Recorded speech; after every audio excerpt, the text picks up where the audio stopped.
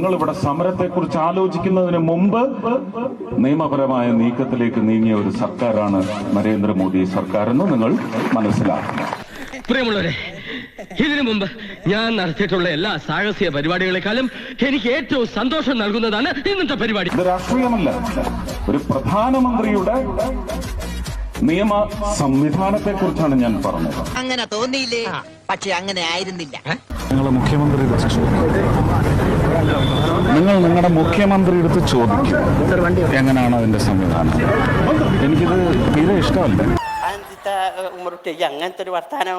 തൃശൂർ പൂരം വെടിക്കെട്ടിനെ പ്രതിസന്ധിയിലാക്കി കേന്ദ്ര സർക്കാരിന്റെ പുതിയ ഗസറ്റ് വിജ്ഞാപനം. പരിശോധിക്കട്ടെ.